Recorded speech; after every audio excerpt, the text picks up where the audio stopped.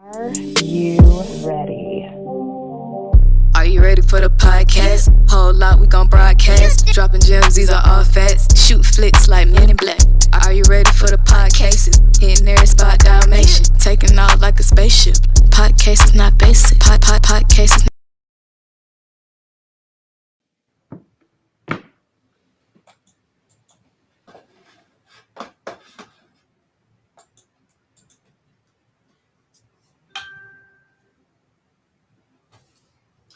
Yo, we did this shit at the same time, man. What's good, brother?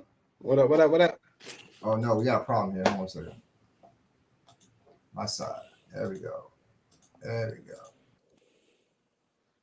There we go. You wasn't even say nothing either, man. You wasn't even gonna say a word about it, yo. What happened? You're not in the business, so you wouldn't know, bro. You know what I'm saying? Technically, I'm not that technical. I'm entertainment. you know what I'm saying? You wouldn't even know, man. You didn't even see it, man. You didn't care. You just went ahead and let me just make a fool of myself. I'm entertainment. Yeah, yeah, you are entertainment, is that, brother? Welcome, everybody. Welcome to the ride, man. You got the originators of Opinionated-Facts, man. These got one half of them in good condition. You got the other half here, holding it up over here, man. Yeah, as you can see, Chris, he got a new background there, a new fake background, like he in some kind of like he is in a studious environment somewhere. I know Amazon had a sale on. I know Amazon had a sale on backgrounds, man. But yo, that's an impressive one right there, brother. How are you, man? Good, man. Good. I've been busy, man. I had a busy week, yo. Busy 2 weeks. Yeah, man. I can tell, brother. Congratulations to you, man. Man, it's been a lot going on, man. I wanted to kind of get a status on that, man, because I saw you post something a few days ago, man, and I kind of reached out to you a little bit and say, hey, bro, blah blah blah blah, and you like it wasn't nothing, but I thought something it was a little more than nothing, man. Anytime you got something like that that's put together in your behalf, man, you got to kind of talk about it some kind of way, man. You know what I'm saying? So I kind of want to get a little recap on it, man, kind of how to put together what was about, man, and let the people in, let the people in on a little bit, man. If you posted it, it's up to public consumption. So let's hear about it, brother. The floor is yours. Oh, we ain't gonna start with no greetings or nothing. We did. We said what all we had to say, man. We got full slate tonight, dog. Our production is second to none, bro. These guys, our new AI shit. You say one thing, it pops the fuck up, ready to go, bro. We spared no expense over here, dog. All you gotta do is show up and do your half. You know what I'm saying? But go ahead. The floor is yours, dog. Yeah, man. Nice event. One of my frat brothers invited me over to speak to some middle college students from Durham.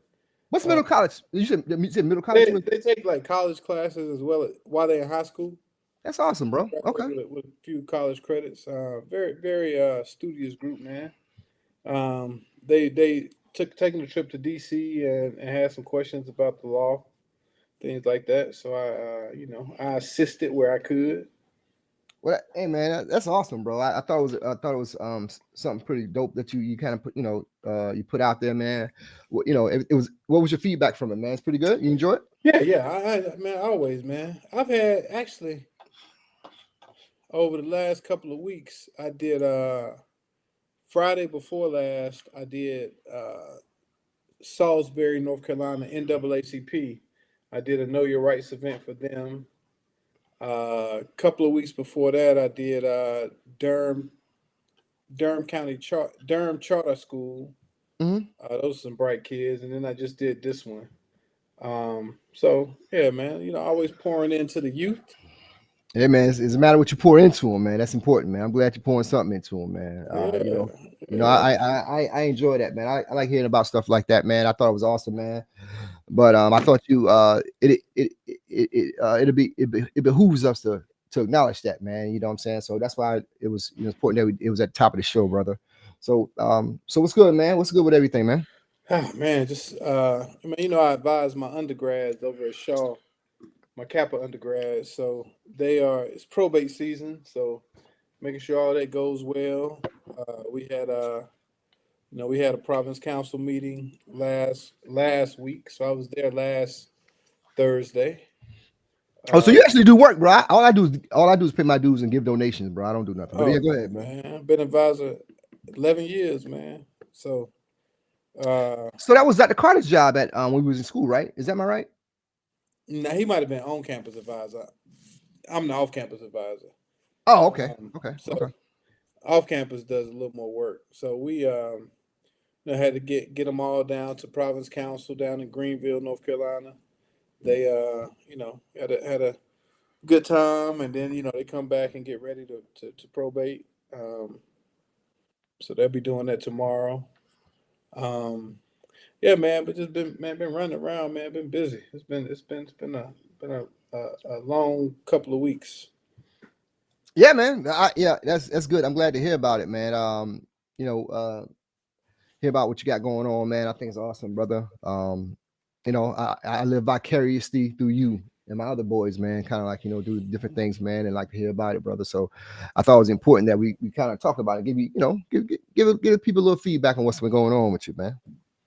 You know what I'm saying? Oh yeah. So that's good to hear, man. But not only me, you know what I'm saying? Because no one ever give me flowers. No one ever say, you know what, Fifth? Let me tell the world about what you got going on. No one's ever come and tap me on my and say, come.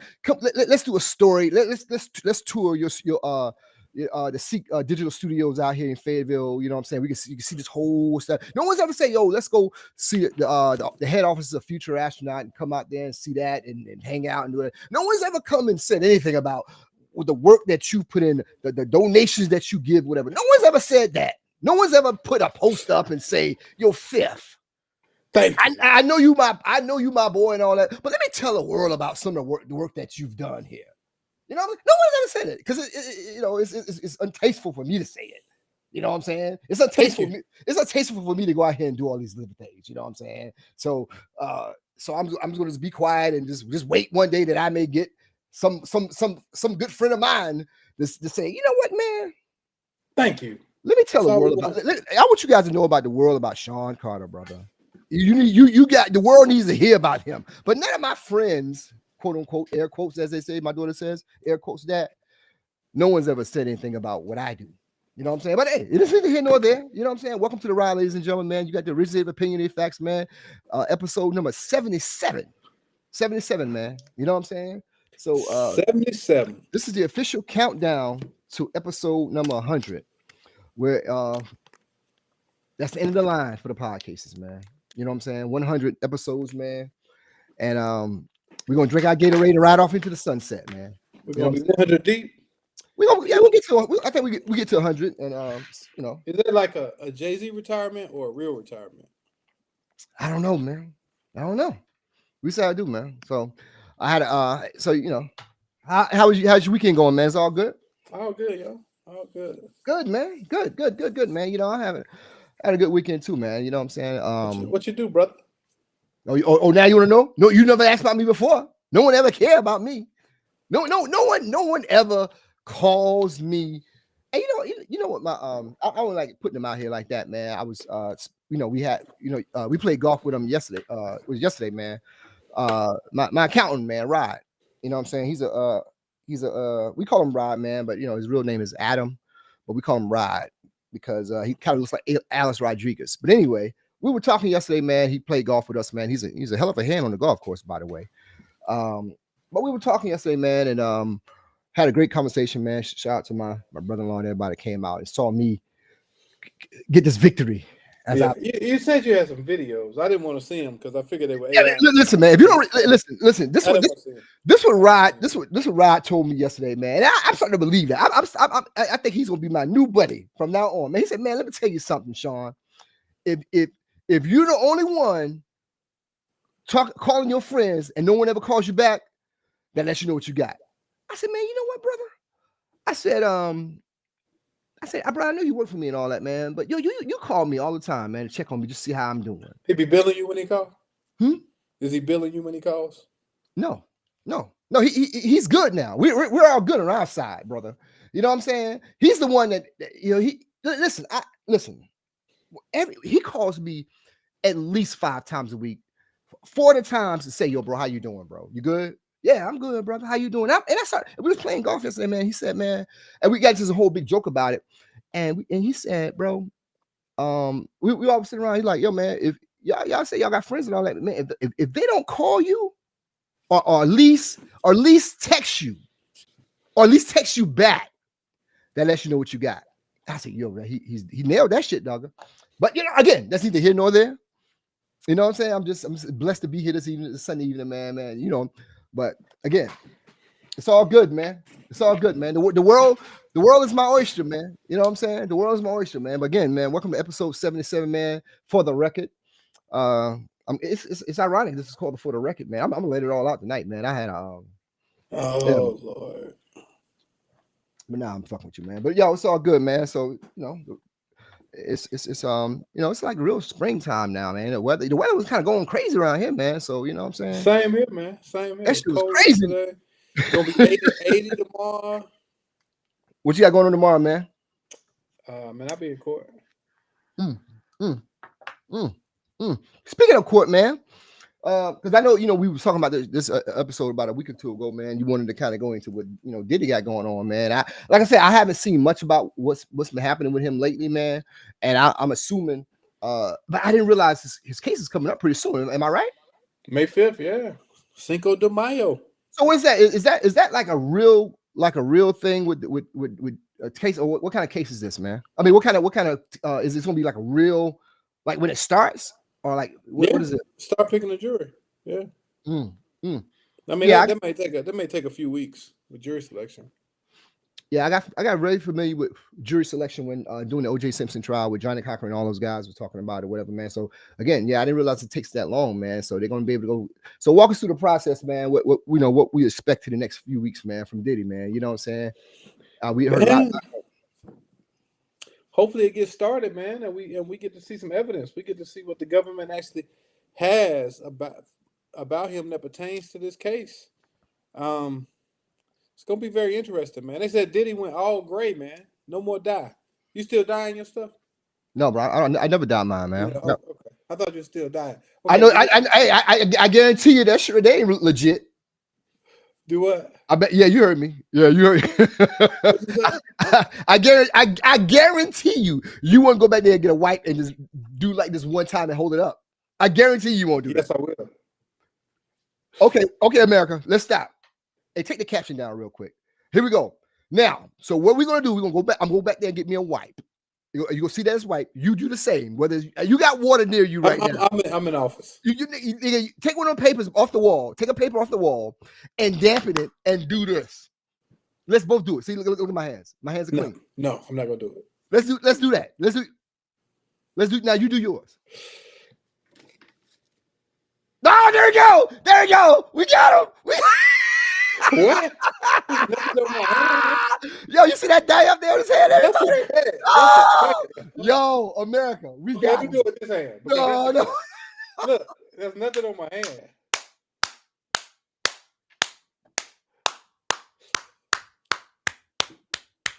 Yo, America, we caught him. He talking about me. Yo, he's always talking about me. About this. Man, my shit's natural, bro. I just didn't get my hair cut. I had a rough night, bro. I had a crazy night, bro. And that had, I apologize for the way I look right now, but it won't happen again. Trust me. But again, man, what to expect, man? Because I was, I just realized it's starting to come up. I'm like, damn, that's quick. It's coming, man. Yeah, man. So it's coming. So you say you really want to looking forward to what evidence they got, because you think what they got so far. Speaking from a lawyer point of view, what would you tell your client with what you've been seeing so far? Like, oh man. What will your visitations be like, man? What to expect from it? Like, you think you can, get this, what I'm saying? Not get them off, but you know what I'm saying? Plea deal. It's going to depend on the discovery, man. Like, what discovery they got, what they've seen. At this point, sometimes the government comes up with new discovery, stuff that they hadn't turned over yet. They may come up with a surprise last-minute witness, all types of things like that.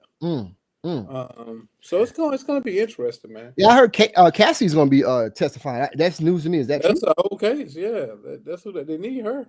Ooh, but she's the focal point of what they say is the sex trafficking. But that's his woman, though, right? So she's the focus of what the sex trafficking is about. Which is kind of ironic because again, that was his woman at the time. So I don't know how you sex traffic. Again, I don't know. I'm not a lawyer, so I'm speaking on the point like, hey, I'm just a layman on this. But I thought it was really weird that she's the focus point on this whole deal in terms of the sex work. It's gonna be very interesting, man. So will this be televised at all? No, you Feds- don't. You feds don't will get to. Feds don't do. You can't even take pictures in the federal courtroom. Oh, okay. See that. So Oh, that's why the pictures that you see of him are drawn. So, So- you have sketch artists in there, and they'll draw pictures, but you can't. so he's grayed out now. Yeah, that's what it said. They said last time he was in court, he was all gray, beard and everything. Wow. Well, you know what, man? That may present him in a different light to the jury as well. Mm-hmm.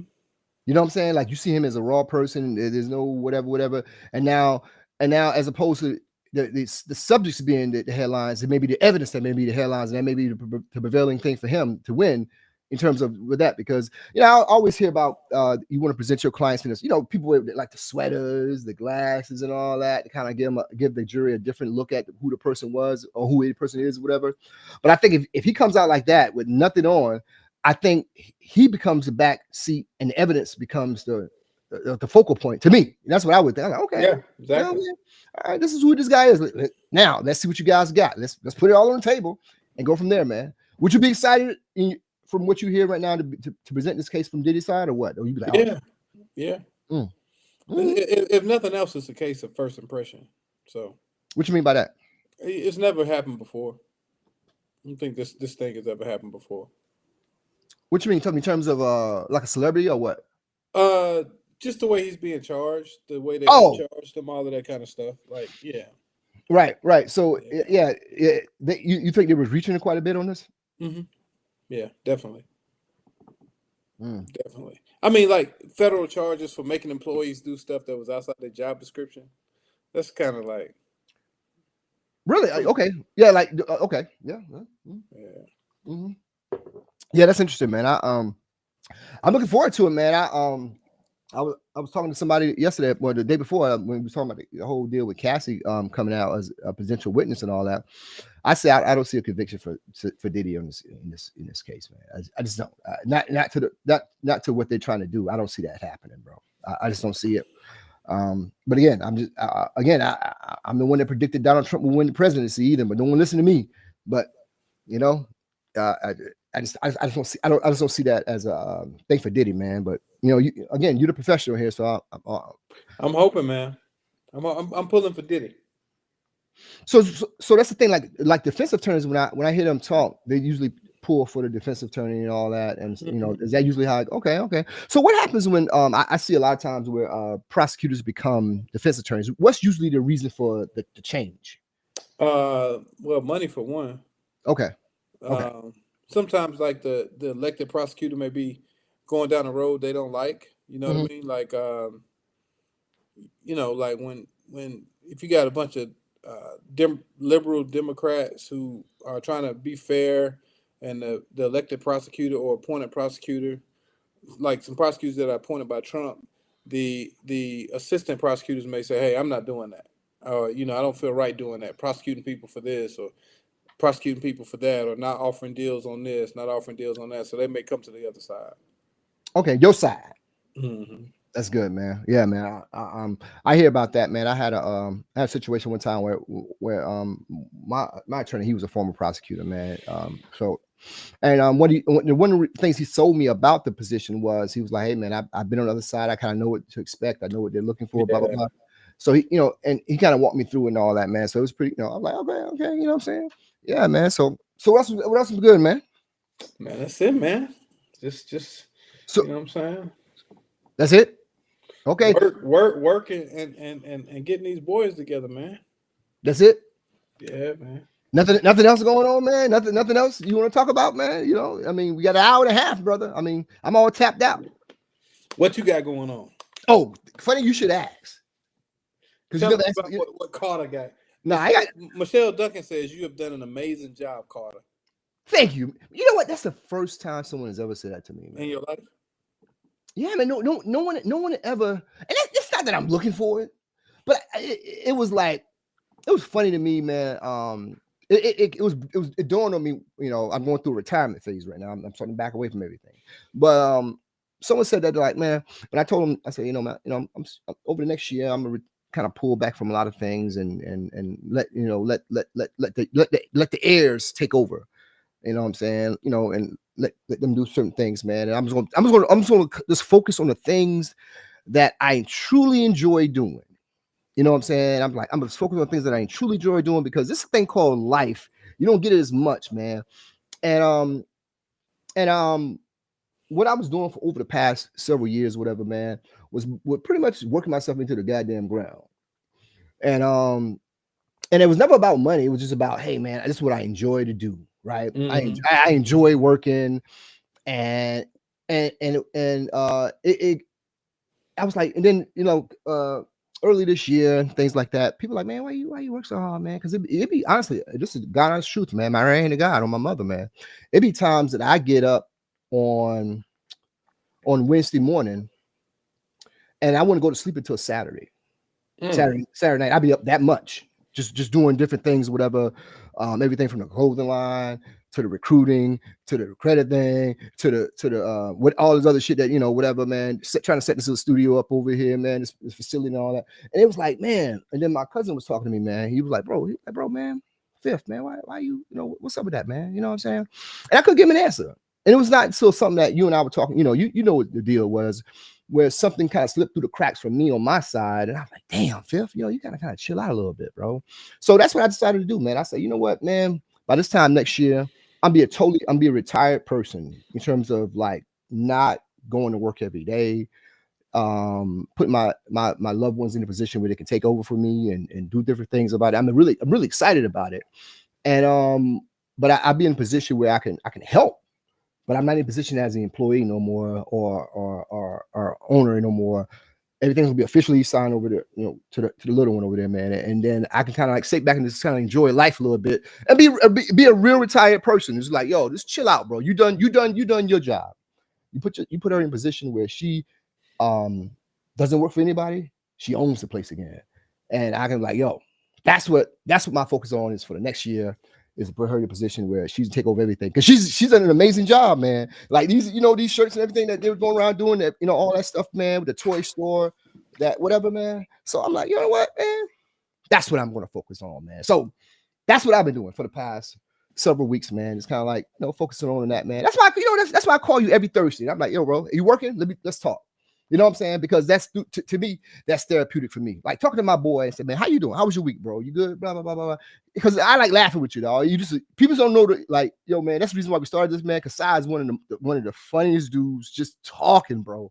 You know what I'm saying? How we talked about, I couldn't read as a kid, man. And you was like, how your parents would call people over and tell them stuff like that, bro. If people heard that, man, they'd be like, yo, these dudes are crazy, man. But yeah, man, that's what it is, man. Like I said, so did you enjoy any of the work, yo? You enjoy any of the work you was doing? Yeah, I did. But I enjoy it so much that I forget to sleep. That's the God honest truth, bro. I be up, just doing things, man. And there's a lot of things I got. If you ever come to my office, man, there's some things on. It's called it's whiteboarded up stuff that I want to do, that and stuff that we've done. And so what I do is I get it done over a year or something like that. Then I hand it off to somebody else, and I start something else. You know what I'm saying?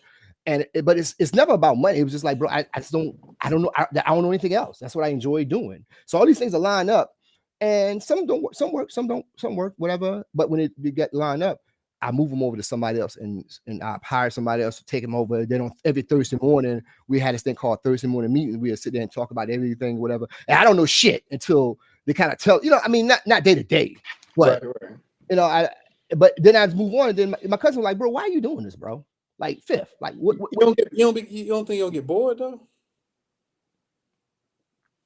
No, I don't see that as an option for me getting bored, because I'm just gonna focus on things I like to do. Like my next big thing, whatever. It's do the podcast, man. I'm gonna focus on this, man. This is what I'm gonna do all day, every day. That's all I'm gonna do, man.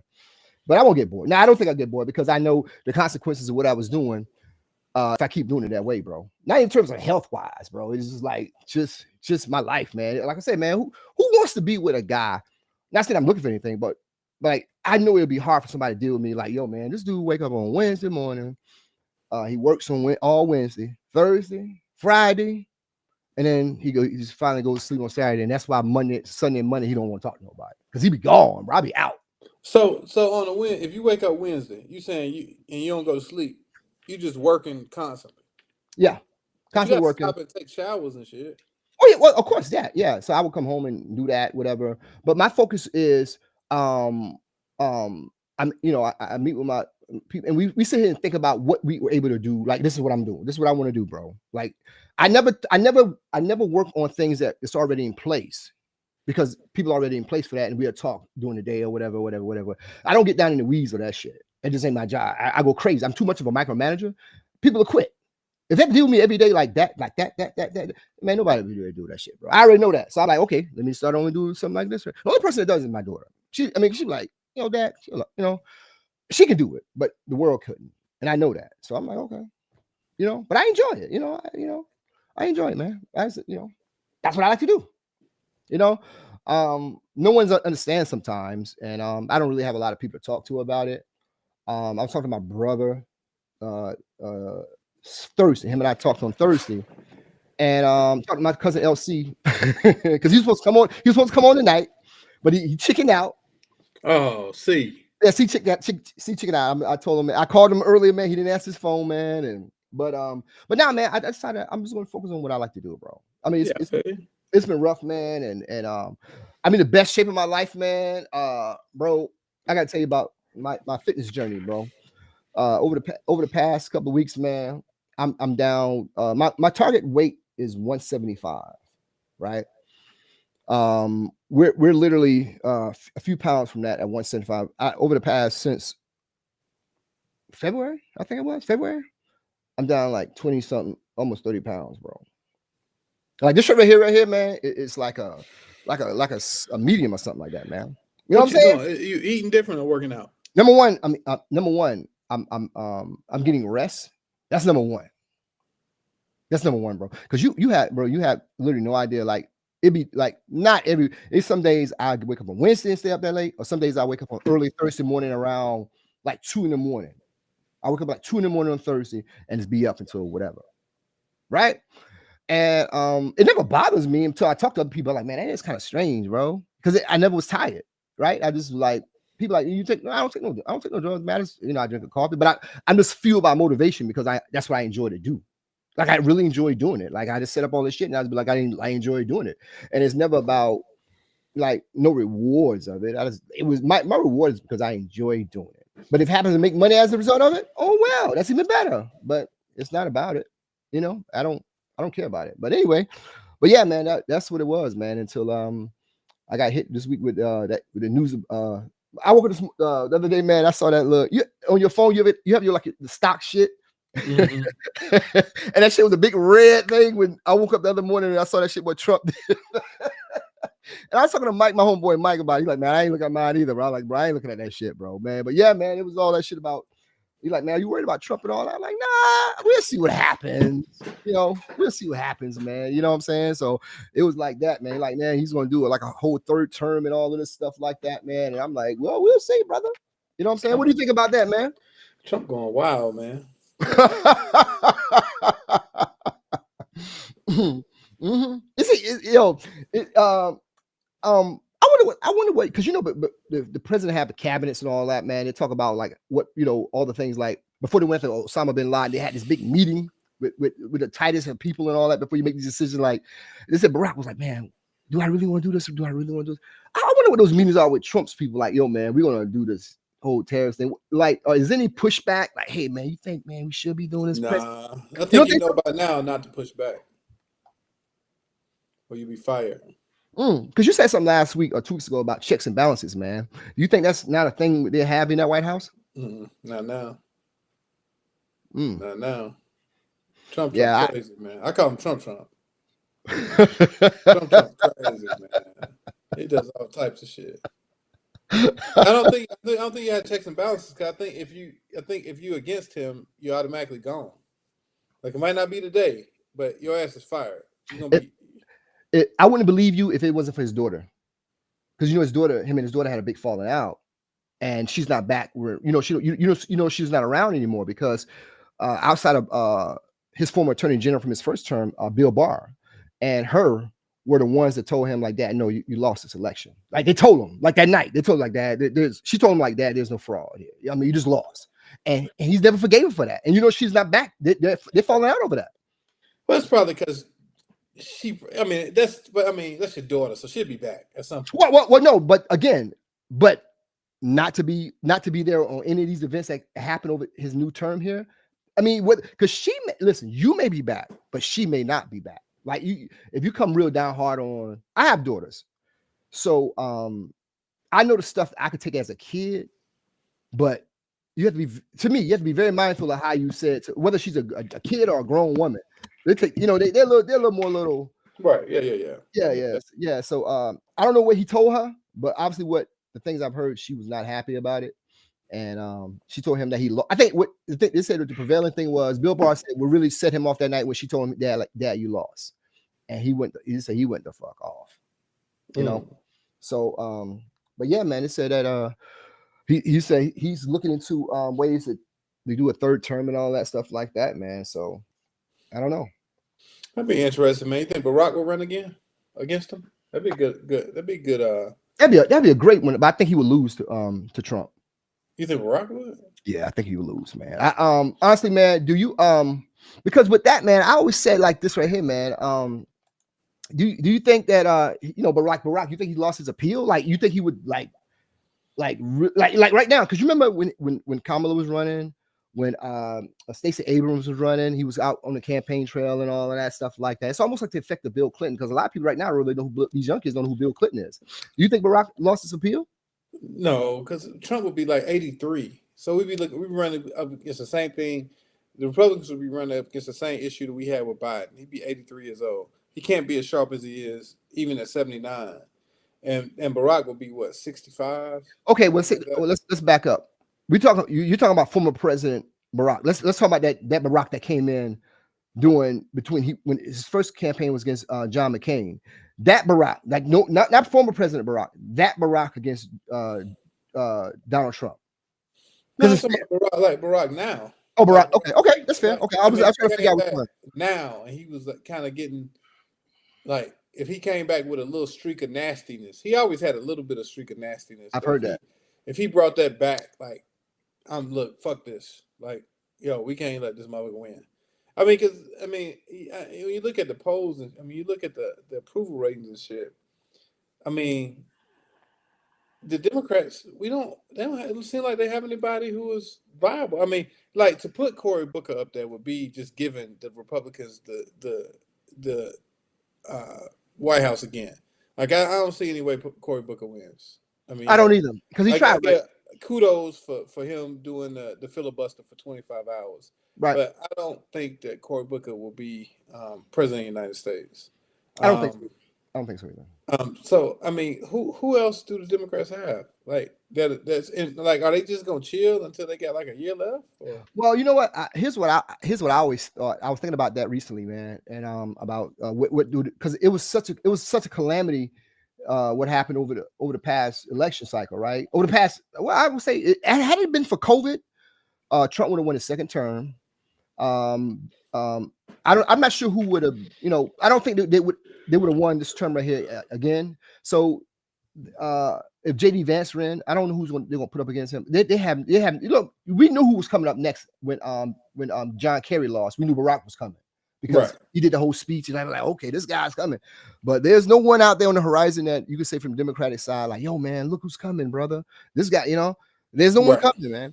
And it's a lot of turmoil in terms of what Democrats are doing right now. They don't have an identity no more. They people see them as woke and all of that stuff like that. And they see them as weak right now. That's very true. Like, they ain't doing. You would hope that there's some sort of strategy or something, but ain't nobody seeing it, man. And they just a lot of people are kind of fed up with it. Like, damn, man, what the fuck are y'all doing?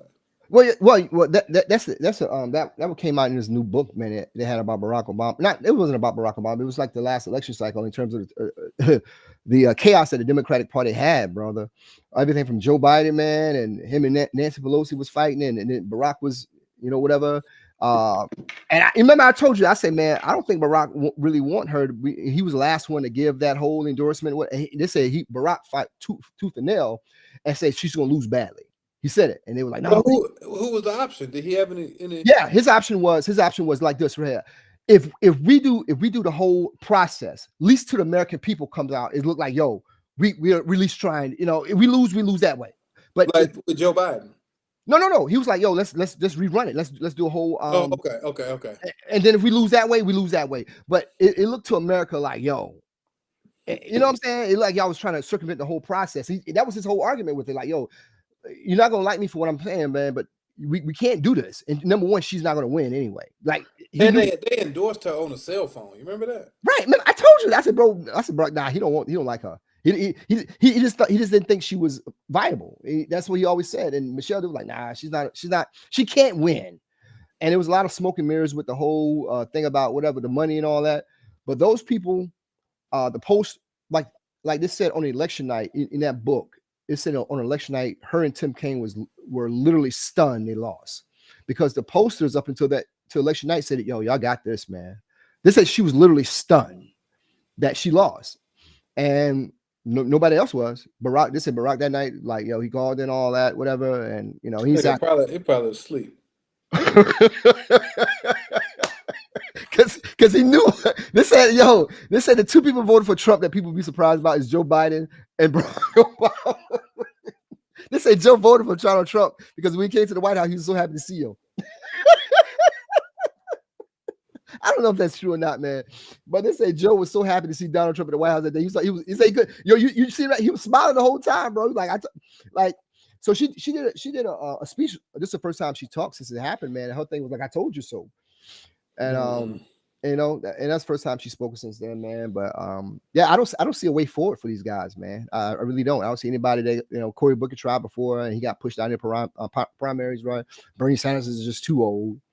But Bernie Sanders, like, he about fucking 90. Yeah, but he's from the state of Rhode Island, so there's no competition up there for him anyway. You know what I'm saying? But I mean, there's no one on the horizon I see. I can say, yo, man, yo, he's coming. You better watch it. He's coming. Maybe somebody pops up like Barack did in 2004, But he had a stage that he can get on the whole Democrat, the convention. He had that stage that night, But I'm saying, like, before that, before he took over that seat in Illinois, nobody really knew who he was. You know what I'm saying? Like, I agree. He was kind of like he can't. As far as politics go, he came out of the blue. Like, he did. You know what I'm saying? He actually did. I agree with that. He came out because remember man, he came to Raleigh like a couple times, and I remember like you could just walk in and see the motherfucker, like, like, oh yeah, I mean, because nobody knew who he was, and then the people who did know who he was were saying, yo, we voting for Hillary Clinton. Yeah, everyone said that. A lot of people said that, man. But the people in Iowa said, when he got on for Iowa caucus, that's when everybody was like, oh, nah, this is the president. This is the guy here, man. Yeah. But if he runs now, one of the most important things that he's going to have to face now, because before he came across as glossy, clean Barack Obama, but now they're coming across like, having these, with him and Michelle having these divorce things and all that about getting whatever. I think that would be his biggest problem. Michelle should be his biggest problem because it's something's brewing there. Well, she came out and spoke, and she said that they're not getting divorced and that they're not having issues. But then he came out, he said, I was in deep debt with my wife for being president. So I had a lot of stuff to pay back. So I don't think that she would be like, oh yeah, go ahead and do it again. Because she was talking to her brother, man, on their podcast, and they were saying that she told her brother, you had to convince me to support him. I remember you said that, yeah. Yeah, and I was like, wow, that's crazy, like, to run for president. So, I mean, now that she's older and she's gotten kind of out of the spotlight, but not really, I doubt that she would want to go back in that thing. Wait, yeah, I can imagine just living that way for 8 years, man, because you know what I'm saying, with the kids and all that. The kids were young at the time and everything. I don't think they probably knew what they were getting into in that way, because I mean, you never know. I guess you run for president, they say, like, what some of the things that you would find out, like, oh shit, that could be very stressful, right? Yeah, that could be that. Another thing, her mother just died not long ago, right? When your mom died, you get that kind of you kind of go against the grain. You know what I'm saying? Like, shit, I don't care. Like, nah, I ain't. If you be president, I'm out. You know what I'm saying? Right, Like, right. you know, a lot of times, you know, you're doing that for your mom, and you're like, oh yeah, mom probably in the ear, like, girl, he gonna be the first black president. You doing this for all black people? Mom ain't here no more, man. So she might be like, man, the hell with this. I ain't doing that. So You know, she actually don't take no shit. right? I mean, and even more so since her mom died. Like when Yeah. she was talking on that on the interview the other day, she was like, look. I'm at the point now. I want to be happy for me. I want to be who I am. So that is kind of like, you know what I mean? Like, But yeah, I agree, bro. You nailed it, bro. But you know what? I think, of course, the presidency is on a whole nother level. But I think anytime you move up in terms of career wise, someone's going to have to take a back seat to make sure that the other person is good. You know what I'm saying? And the president is probably like 10 times that. But yeah, I would think someone's got to take that back seat. Like, yo, I got this big promotion. I'm not kind of need your support. Blah blah blah. And not knowing she was having to support him, like hold him up more than like, because he was the first one. You know, it's not like one came before him. that's what she was saying though. She was like, now I think that's what she was saying. Like why she wasn't at inauguration and why she wasn't at Jimmy Carter funeral. She's like, now I do what I want to do. Like if I want to go, I go. If I don't want to go, I'm not going. Like you know what I'm saying. So that's Wow. just what she said. So you know like. I think there will be issue because I think you're gonna have some times where she like, nah, I'm chilling. I'm in Hawaii. I'm good. Go ahead. Like, you know. Yeah. She probably burnt out from the. She probably burnt out from. I guess she probably burnt out from Barack being like the center as opposed to Michelle. Like who was Michelle? Man, they said that they got so much money, even though they've never done an episode. They said they got so much money from that podcast that they're supposed to have together. They said, man, they got like 7, 8, 9 figures, yo. They said like even though they've never done a show, like they said like not just like they said bags and bags of money off of that, yo. Who in her brother's podcast? No, you know, her and Barack's supposed to do one. I didn't know that. No, I didn't know that. It's been a while ago they're supposed to do it. They've never shot an episode. But I guess the bidding war and all of this stuff, they've got so much money. That would be interesting though. That'd be interesting podcast. They are I guess doing it on their own terms. So they're like, nah, we ain't ready yet. Like, you know, we'll start when we get ready. But they said basically the podcast world has them floating in money. I mean, everybody knows that the president of the United States, you know, makes about $300,000-$400,000.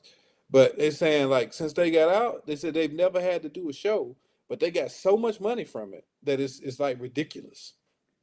Wow, that's interesting. I had no idea about that, man. I don't know. I think the problem with with Barack and I think he almost in that little same gray area with Hillary Clinton, man. That she's you either like her or you fucking don't. Ain't nobody. Well, bro, it's something about Hillary Clinton that just rubs people wrong. You don't have to be in a circle, but she comes across as I don't know, bro.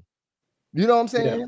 But Bill Clinton, for all his vices at whatever, people still like. You know what I'm saying? I guess you know what he is, but she seems like she's kind of like, you know what I'm saying? So I don't know, man. I just think that it'd be an interesting thing if he get ran against Trump, man. But I don't know. I think Trump, unless we go back to the Stone Ages with this whole tariff deal and all with China and all that, man. I don't know, bro. I don't know. But if he turns this shit around like he say he is, that shit gonna be crazy. He gonna be the GOATest ever. Yeah, they gonna love him for real. And it's gonna be hard to get him out of office after one time. They'll find a way to get him that one more term, brother. Because they're gonna what's the word is they're gonna what's the legal term, like the precedence was FDR, whatever, who had those 3 or 4 terms, whatever, during World War II and all that. They're gonna use some kind of way to get but again, if he turns that shit around and it goes off like gangbusters, I mean, what are you gonna say? Like, what you like? You might as well keep it. If it's that good, do you really want him to go out of there? If it's that good for, like, say for instance, if it's that good for America, like what he's done is like, yo, this was here the whole time, but everyone was scared to do it. But he finally did it. He took that L in the beginning, but like over the next year, next 2 years, next 4 years, America's like killing. I mean, like killing it, and jobs and whatever. What do you do? What's the Democratic message then in 4 years? If I can get a Louis duffel bag for what, $400 or $500, you All right, again, it'll be like millions of people like you. They got Louis bags for nothing. How do you defeat that, right? Really, what, like you said, Cory Booker ain't convinced nobody to go against that. You know what I'm saying?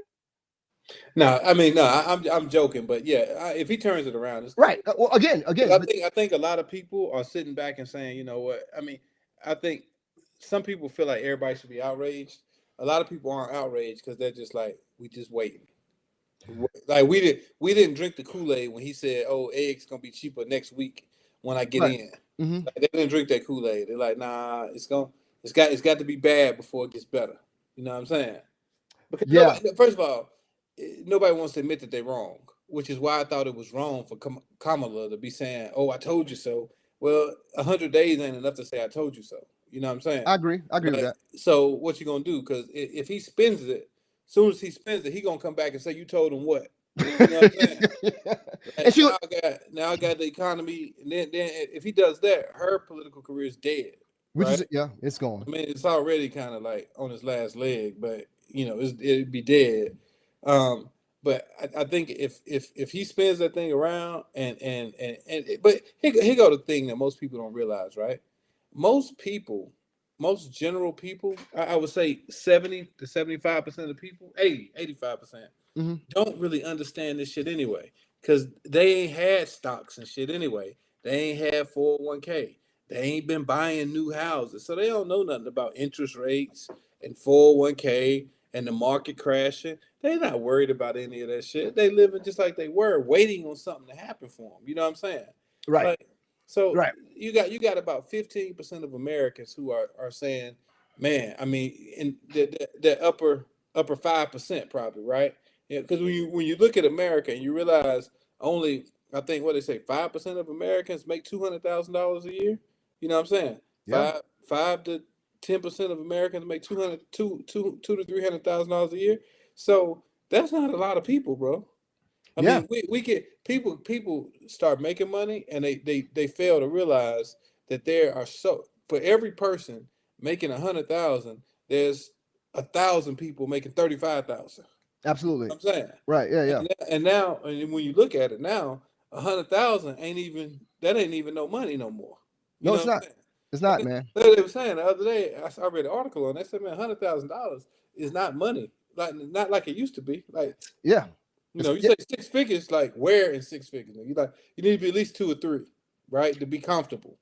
To literally cities. Literally to be comfortable, because we were out, like I said, we were out hanging out the other day, man. We were playing golf, man. We was going through some of these neighborhoods, man, and some of these houses are starting at like 3 or 4, just starting out, 3 or 4, just to start out, and you're not getting a 3 or 400,000 on $100,000 salary. The math just doesn't math that way, like that. You'll be house broke, but it's a lot of things that I guess America didn't understand. I guess people are just so fed up because they blame whoever's in charge when the things are going quote unquote bad for them. You know what I'm saying? Because prices were kind of getting crazy now. But if he turns this around, people say they vote for the interest and all that. You got to vote for your interest now and say, listen, man, you may not like the guy, but if he does what he says is going to happen, man, they're gonna have to like really find a way to say, hey, man, yeah, he is doing it, bro. I mean, but we'll see what happens, man. But if it fails, we all going down. It's gonna be interesting, man. Yeah, if it fails, not only the red guys going down, we all going down. But I don't think Kamala Harris was the answer on the other side for that. You know what I'm saying? I just don't, you just kind of like, you know what I'm saying? You're gonna be doing the same thing Joe Biden doing, and Tampon Tim, her vice president candidate, all that stuff is the same, man. You just got where's Joe Biden at, man? We ain't heard nothing from him. Joe Biden just signed a new agreement with this talent agency out of LA. So we don't know. Maybe Joe Biden's going to have a podcast coming out. Who knows, man? But Joe may be hitting the speaking trail here pretty soon, man. But he did sign a huge talent contract. But I don't know what Joe's going to do, bro. I just don't know. I don't. What's the next step for Joe? I don't know. But you see like Bill Clinton, they made a lot of money from the Clinton Foundation. They're doing all this, whatever, man. But I don't know what's next for Joe. What does Barack do? This kind of like what do speaking engagement? I don't know. Yeah. Did he write a book or something? Again, yeah. So I don't know, man. I don't know what the second act is going to be, bro. He's been in politics his entire life, right? So we don't know. We don't know what else he's good at, right? I mean, think about it, right? What is he going to do, bro? I don't know. So we'll see, man. You know what I'm saying? Hey, man, I got a question, man. Someone asked me this yesterday, man. We were playing. It said, when you went to the prom, man, what? I think your last year, senior, whatever we were talking about. What? Like when you went to the prom, what car did you drive to the prom? Do you remember what car you drove to the prom? Because like nowadays, kids are coming up in like Teslas and Phantoms and all that. But we were growing up, man. You drove the Oldsmobile or whatever, whatever. And I was like, yeah, man, that was kind of crazy. Man, you drove whatever either your car or your parents' car. But I didn't have a license for one. Okay, but just my godmother rented me a light blue Nissan Sentra. Okay, see, I drove that. Right. So yeah, I had the parking brake on the whole time it was smoking. A rental car? Yeah.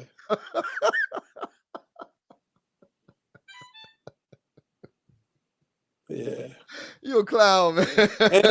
Well, I went to prom twice. The first one, my prom date, she drove her brother's car, which was a light blue Nissan 300 ZX.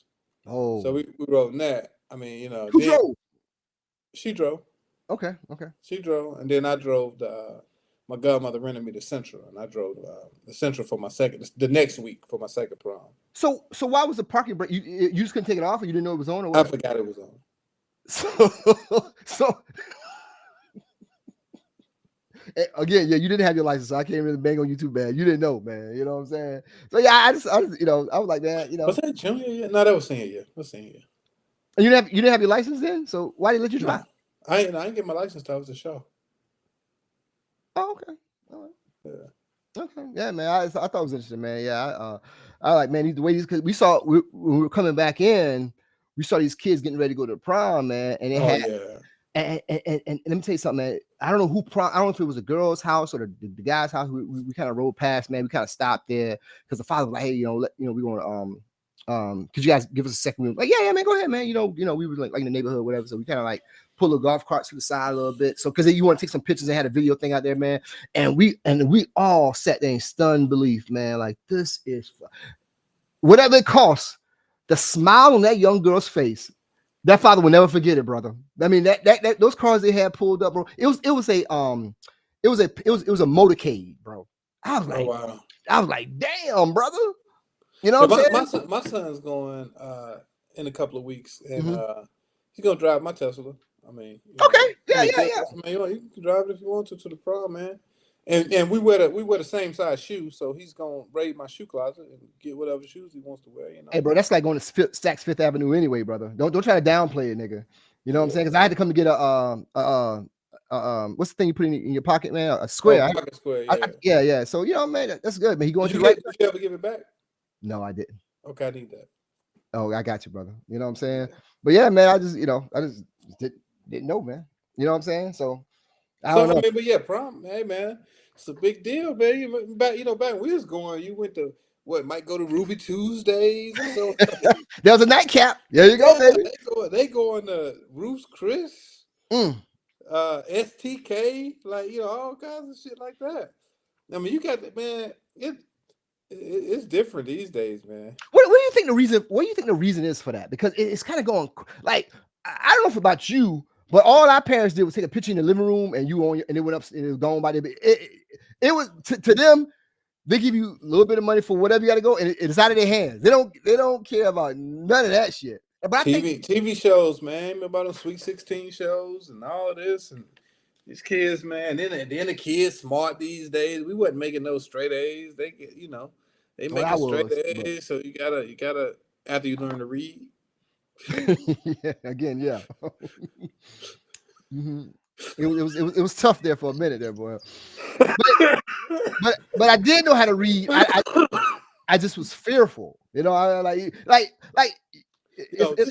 just tell the people what your mama said to your uncle. But again, I gave you the backstory on that. It was like like I was scared, man. I'm like, what? Yo, what? Yeah. You know, it was like I couldn't read. It was like I was afraid if I missed it out. Like, so I was reading like this. You know, it was like back in the day, yo. You know, like you get this. You know, back then, everybody in the neighborhood, everybody stopping by the house. Mm-hmm. Everybody who stopped by, she got to tell them. Hey, look, you be in the house. You be sitting in the house. They be like, "What's wrong with you?" Ass showing off at that damn school again. Can't keep his mouth shut. Boy, you better get your stuff together. I'm telling you now. Yo, man. 5 people show up. She tell 5, and then when she ain't telling nobody, she on the phone telling somebody. Oh yeah, Mike ass sitting here looking stupid. Could keep running his mouth for that damn school again. Yo, they could not keep a secret. And you know, like the craziest part about the mothers, man, back then, man, it was like, stop telling, don't tell your business and all that. But it was snitch on your ass. And first chance to get, man. I never forget in kindergarten, I told my mama, I mean, it was first grade. My mom used to play bingo, and I was in the bathtub, and I told my mom, I said, Mom, you know, bingo is really gambling. And she said, "What? Why would you say that?" I said, "Well, I told my teacher you play." Yeah, you ever had a switch to you in the bathtub? She said, "Don't you ever go over there to that school talk about my business." Yo, I know exactly. That's why I broke down in cold sweat. Bro, I've been through that hell, brother. I've been through that hell, man. Don't you ever go over that school talking about my business again? I said, my teacher told me it is gambling because you paying money trying to win money. Yo, I've been there, brother. I've been there, man. Some of the stories will literally get us kicked off YouTube, bro. Man, but it was wild back then, man. Like we were talking, man. My brother, I said, man, you think little nephew would be able to handle back there? He's like, hell no, bro. Them kids wouldn't be able, you know what I'm saying? They wouldn't be able to deal with what we went through, man. But you know what I'm saying? But yeah, that's some wild shit, man. Yo. You told, man? Yeah. I told my teacher, Miss Love, I said, yeah, my mom, but she played bingo, so she gamble? Yeah, boy. Hey, man, you heard about you heard about Redman? What about him? He went on this whole like 2-year celibacy journey, man. Oh, yeah, I heard of he was talking about like no more smoking, he's celibacy and all that. He said how he feels great and all that, whatever, man. And I was like, man, like what's like the furthest you went to in terms of like for health, like I stopped doing this right here. But he went on like a 2 years like celibacy journey. And ain't he like 50 though? Yeah, he's over 50. Yeah, his libido about dead anyway. You ain't got no libido. You went through a 2 year. Oh, you don't think it's my choice, huh? It just ain't working.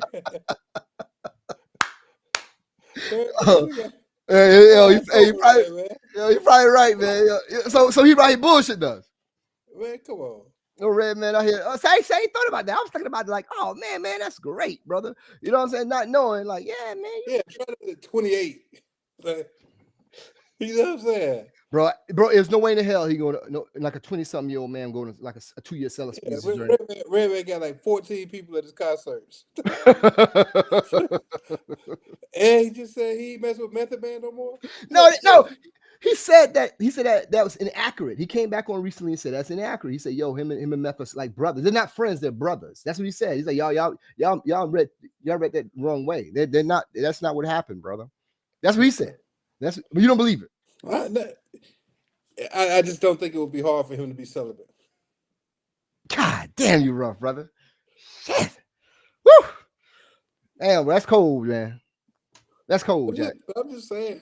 No, that's cold, man. I mean, you know what I'm saying? I mean, he's like whatever, man. But like I said, once you turn like 40, 50, certain things you gotta stop doing, man. You know what I'm saying? Like it's something like things men should stop doing immediately after like 40 or whatever. You know what I'm saying? So I think that's like one of the things you kind of look into, like, oh, I'm gonna stop doing this, or I'm gonna get better with this, whatever.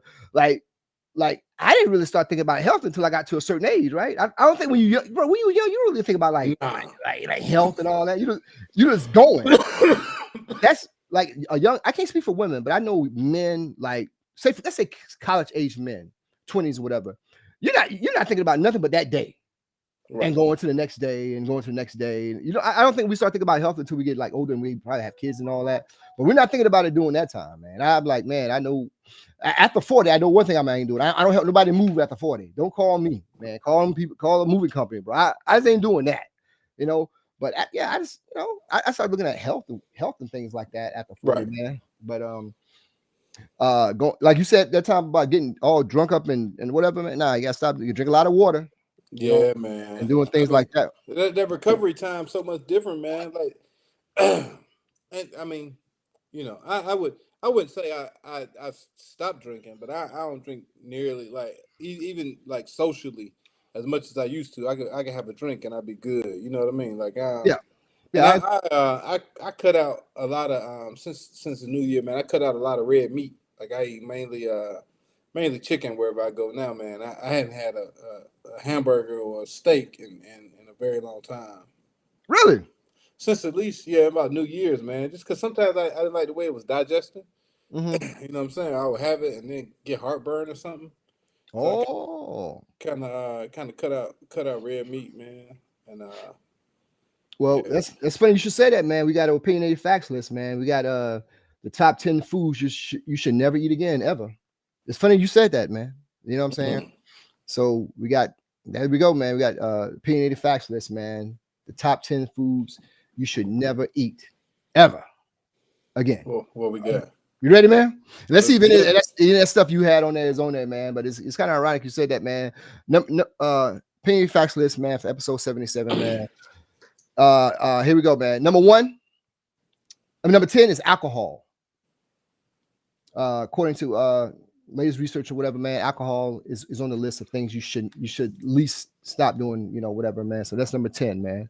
Number 9, processed snacks, i.e. chips, cookies, sugary cereals, things of that nature. You know what I'm saying?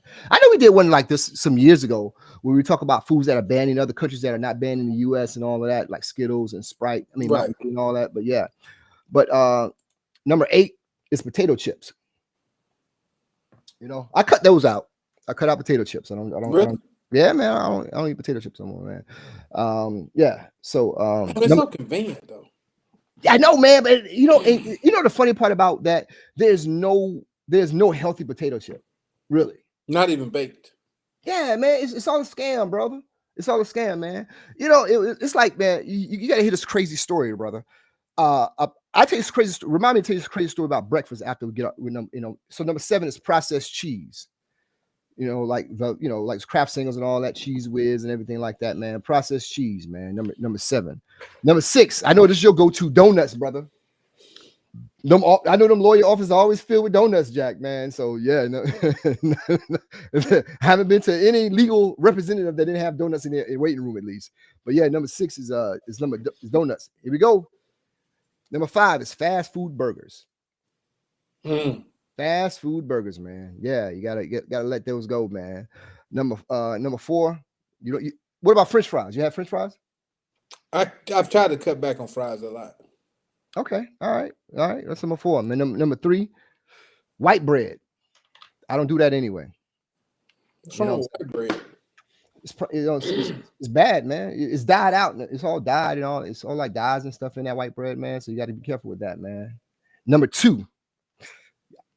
We talked about this in college. Soda. No more sodas, man. You know, I don't do sodas at all either way. I do have a nice lager beer every now and then, man, but no more sodas. And here we go, man. This is the opinionated facts list, man. These are 10 foods you should never eat again, man. Number 10 was alcohol. Number 9 was processed snacks. Number 8, potato chips. Number 7 is processed cheeses. Number 6, donuts. Number 5 is fast food burgers.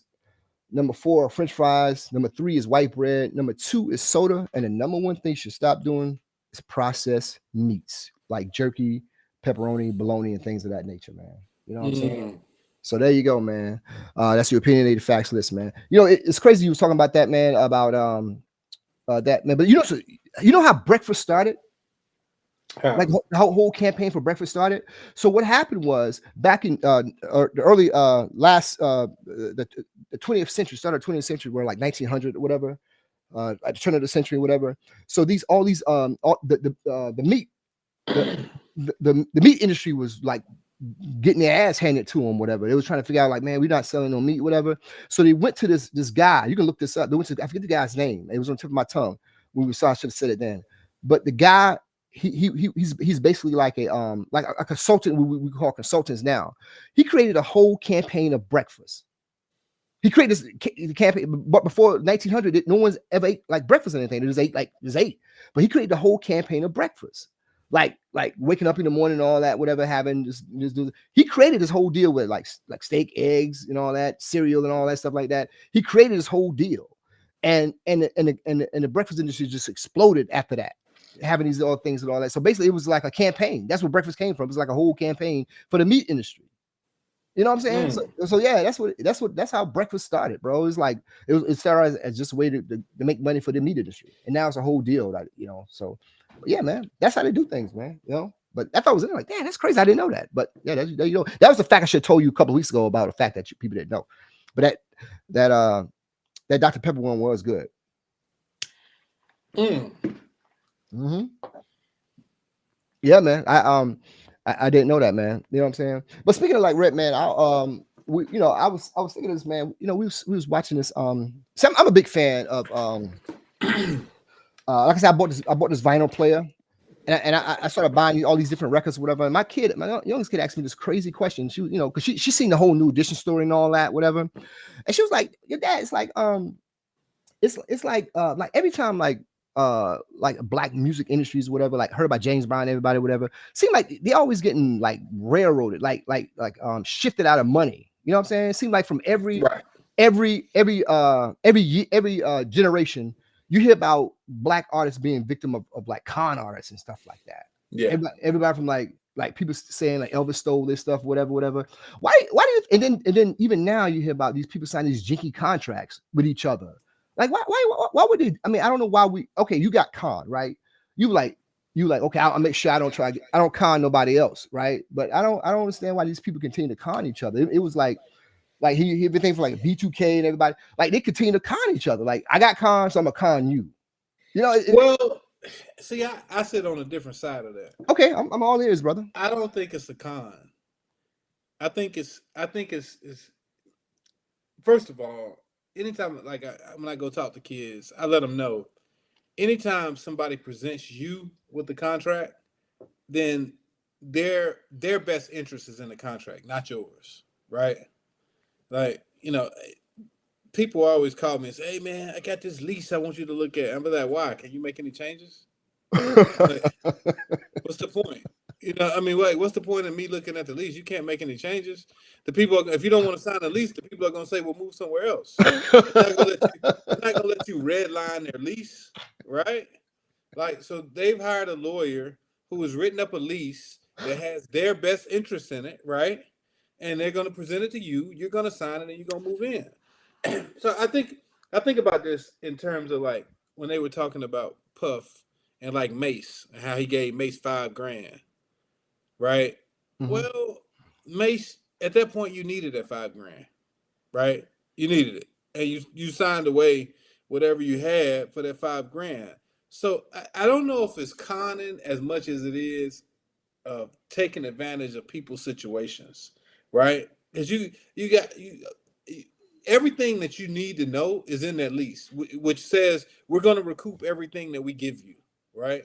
Right. Everything that we give you, we're going to recoup it. And maybe we're going to put some tax on it. Maybe we're going to recoup it at an interest rate of blah, blah, blah. So, yeah, you did make $2 million last year, but you only got $200,000 because you owed us $1.8 million.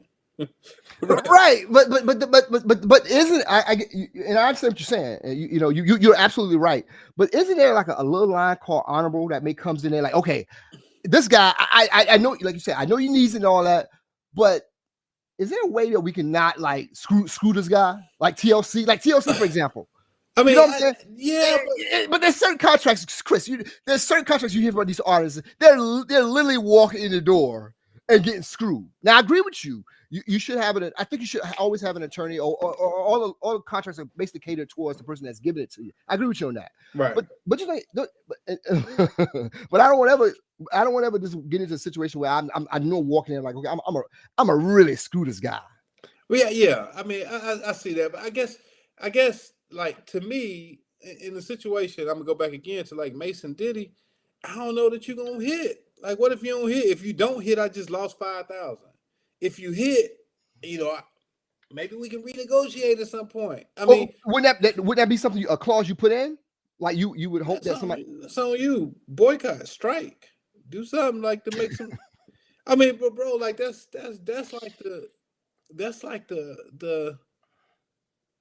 the game. Like, I mean, let's say like think about, okay, you've been in a business where you've been awarded contracts before, right? And they award you contracts, and the contracts you awarded make you happy. You like, oh man, this shit is gravy, right? Right. But if you were to go see their bottom line, what would you say? You probably like, God, come on now. Yeah, I agree with that. And what you're saying is absolutely true. I heard this interview. The other day. This said the stuff that Suge did, sometimes it needed to be done in terms of the music business. You know what I'm saying? Just going. He said that's one of the. And I thought I was like, damn, what? It seemed like every generation, from even your favorite artists back in the day, they was getting railroaded. You know what I'm saying? They take advantage of these kids, man. I mean, of these people, because the people a lot of times they come from lesser means, or they come from means where they haven't made any legal money. You know what I'm saying?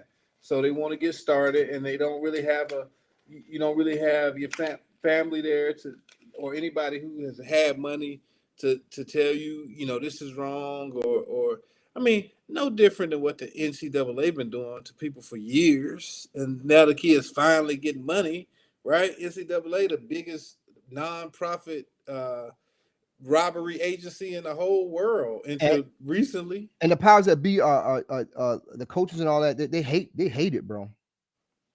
Yeah, because bro, think about it. When last time you heard of a high school kid being ineligible to play sports? Yeah, yeah. You haven't. They don't think about when you was growing up and you in high school. The best kids couldn't play. Nope. Tony ain't got the grades. Yeah, but Tony busting Ray Allen ass. He got the grades though.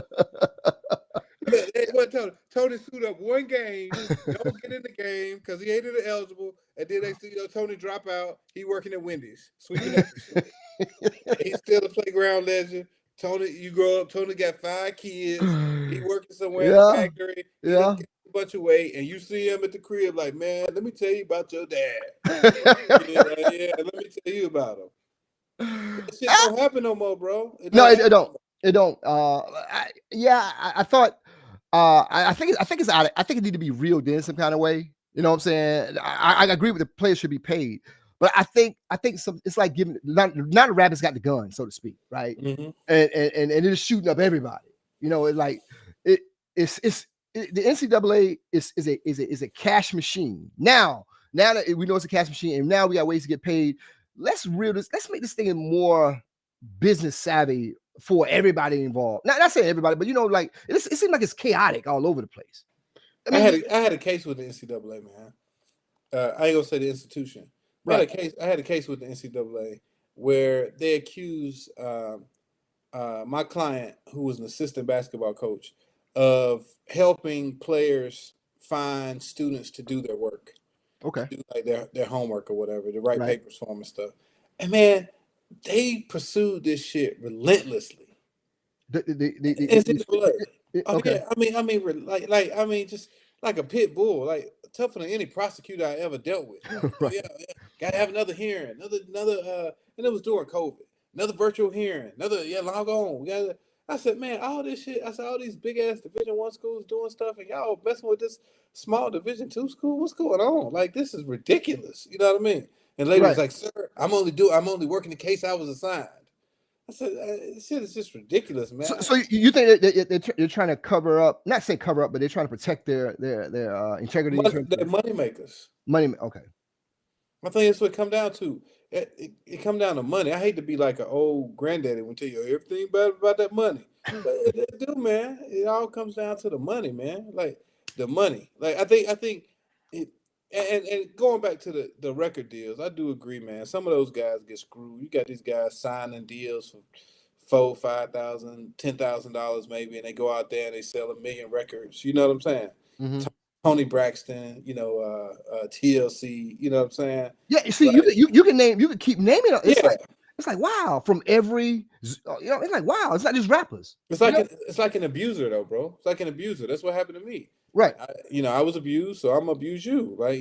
Till you figure out the game, right? You figure it out, and then maybe you can do something different, or maybe you end up, broke, sadly. Well, let me ask you a question, man. It was funny, I know they put this law into place, man, because of Mickey Rooney, of his parents. Like when he was a young actor, they put this whole big law into place about you had to put money away and all that. But I don't know how Gary Coleman parents escaped that way, and because he walked away at the end of Different Strokes with the nest egg of like 17, 18 million bucks. Oh wow, really? Yeah, and it spit that shit. And then it was funny part about it was like, man, why Gary Coleman so mean? Like bro, he worked even when he wasn't feeling well, right? And right. He amassed this fortune that he thought was being protected because it was supposed to be under the laws or whatever being protected, but he walked away with nothing, so to speak, man. I'm like, damn. And I always hear about like that, and I be praying my kids don't want to go into the entertainment industry because you only can protect them, but so much, so to speak. Mm-hmm. That machine, like similar to the NCAA, is gonna keep rolling whether you want or not, or they're gonna roll over your ass and keep going to find somebody else to do it, man. But that's one reason say Nick Saban said he got out of it. Coach K said he got out of it. Like when all this happened, everything, a lot of things changed. Like that, the portal came into place, and all them old heads like, man, I'm out of this, man. I can't. I'm out of this, man. I'm dealing with this, man. I don't think Deion's gonna deal with it much longer. Man, they said at VCU, Virginia Commonwealth, which is a mid-major Division I school, said like all the players get like $300,000. Really? Yeah. Oh, let me ask you a question. What do you think them guys were making? Like they get like guys like Tim Tebow and Cam Newton missed the fuck out. Like, could you imagine what those like?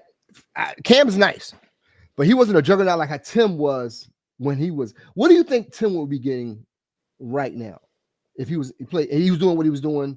About, 1.5 a year, like Arch Manning. That's what Arch Manning getting. Arch is the highest paid. But you don't think he would be? He would receive more than that because of what? Well, he might because he's in Florida too. Okay.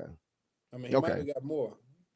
Okay. But you look at Florida, Texas, Alabama, them schools that get all that money that want to give it away. Oh yeah. So you think that money would have been in the HBCU pockets if our athletes would have started back with HBCUs? Nah, HBCUs, man. Just like the coach at Norfolk State said, HBCU is like a JUCO. No. I'm saying if like say when everything started with NCAA sports and blacks stayed to the school. Oh yeah. That's crazy. You think about it, right? Like, damn, because you would think. The thing about it, bro. As soon as you see a black that has a good season, he in the portal, and he out of there. You look at the freshman basketball player from Howard. You know what I'm saying? Like all MEAC best freshman. Hell, they were still on the court when he got in the portal.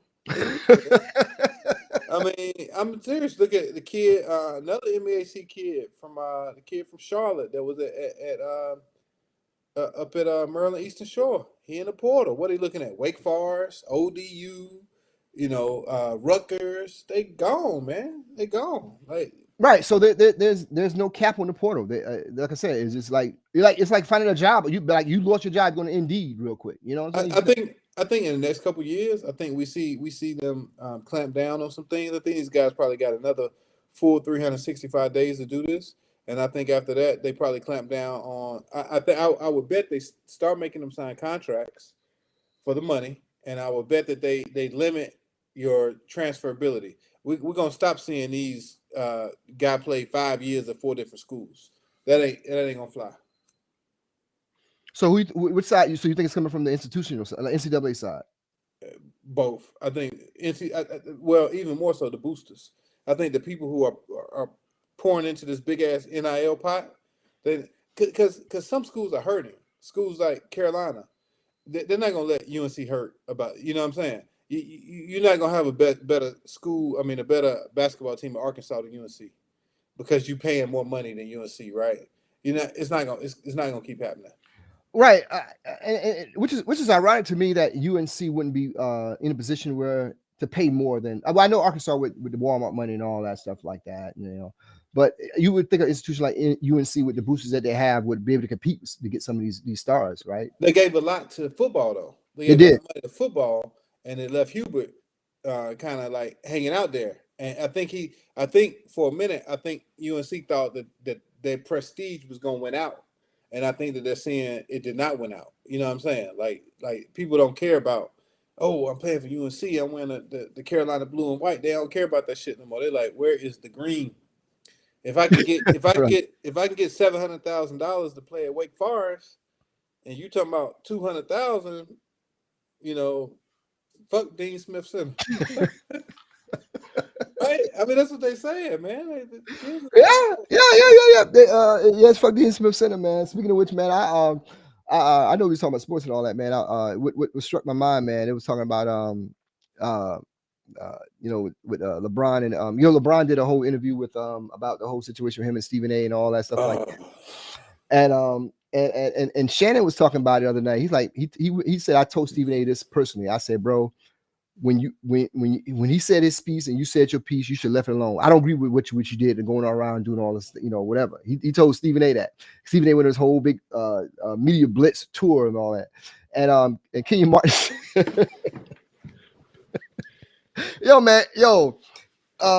between Kenyon Martin and Swaggy P, those are my two favorite. We got to protect them at all costs. Those two guys. He said, Kenyon Martin said this. He said it wasn't about seeing, but this is funny to me. He said, man, I get tired of people going out here with these kids, man, talking about like my son played this, man. They're like, man, you see that product on the floor? He ain't shit. Like, I know that's your son, but he just ain't good. You know what I'm saying? Like, he just with this whole deal, and him and Swaggy like, why are you so angry, bro? He said, why are you so angry, man? That's why you didn't win the Defensive Player of the Year. You so angry. You know what I'm saying? He said, what you gonna do by this? I'm gonna call the police. So, but yeah, man. But I just thought that was he kept that going as long as he could, man, because he said he ran for president. He thinking about running for president. That's what I was coming back to. He was dropping a lot of hints over the past 6 months about that, and then he said that he's in a position that he know enough people that could make that happen. Yeah, bro. If by the grace of God he becomes a Democratic nominee, that slaughter, what he would face, I don't care if he ran against Donald Duck, bro, he would get demolished. Yo, he would honestly. How many votes you think Stephen A. Smith will get? Like 12? Like seriously, because you think about it, like it was a lot of people that rallied for Kamala that really wasn't there for her, right? It was just there, right? Right. And Stephen A. Smith think he had this huge following of people that are going, man, bro, that election night would be a fucking bloodbath, bro. Let's keep it real. Like some things you just can't do, bro. I don't know. I can't even say what I would do. Because there's somebody presenting this to him before he says it. Like there are people around him that's making him believe that you can do this. And it's not your friends. I'm not trying to be funny. It's certain things in life you shouldn't be like, man, come on, bro. I don't know about that, man. Not shooting your dream down. There's dreams and there's this crazy shit. Like, come on, bro. Like, don't. I don't know, bro. You're making $100 million at ESPN. You're getting Disney. You're getting solid Disney money, bro. That money is solid. And you got a podcast. And you got your own podcast, whatever. And which you started because you wanted to show Disney before they signed the contract, like what you're capable of doing. Right, so you got all this going on, and now you're making a mockery of the like, what I'm saying, just because Donald Trump did it. he gave up something to do it. He gave up something to do it. What are you willing to give up? Because you're not going to toss all these words out here to make people vote for you, bro.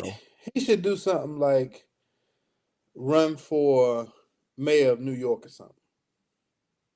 Maybe, start somewhere like there. Like, do you think Eric Adams? Like, run against Eric Adams. Like, that'd be a good contest. Stephen A., Eric Adams, do that and see how you fare there, and then maybe run for president of the United States in 20. Okay. Listen.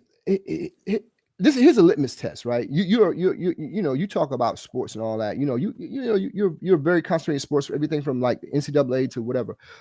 How I know you probably talk to your barber, your friends, other friends, whatever. Anytime Stephen A. Smith's name is brought up, on a scale of like half and half, whatever, how much of it's positive, how much of it's negative? Just in your friends. Most negative. Yeah, everybody think he's just allowed. Exactly. All right. Yeah. So what do you think America would think of him? Same thing. Yeah. Yeah. So that's what I'm saying. I don't think he listens to the room. Like Shannon didn't say this, but he kind of said it like, he just don't listen to the room. You know what I'm saying? So I do agree with Shannon on that. But yeah, man. So there we go, man. You know what I'm saying? So what's good, man? You in a classroom setting? What you got going on this week, bro? Steve, I'm telling you, Stephen A. If Skip couldn't do it, then you better talk to Skip. That's like he gets on my nerves. You're not gonna get Shannon a pass, man. Nah, I can't watch this podcast. I can't either, bro. You know the reason why I can't watch it. I tried a few times. I can't watch it because number one, Chad Ocho don't know shit about sports other than football. No. That's number one. It's obvious. Number two, as soon as Shannon presses him, he's like, "Yeah, you right. Yeah, you right. You right. You don't have any, whatever. The only thing you want to talk about is MMA and breaking up with a woman. That's all you want to talk about." So, but yeah, man, I don't know. Not knocking him, of course, but that is what it is, man. So what's up, man? What's up? You working late tonight? What's the deal, bro? Yeah, man. Just what I'm saying. Just trying to survive. So how long you gonna be out of town, so to speak? A few days. All right, brother. All right, man. What's that mean? I don't know what that means. A few days.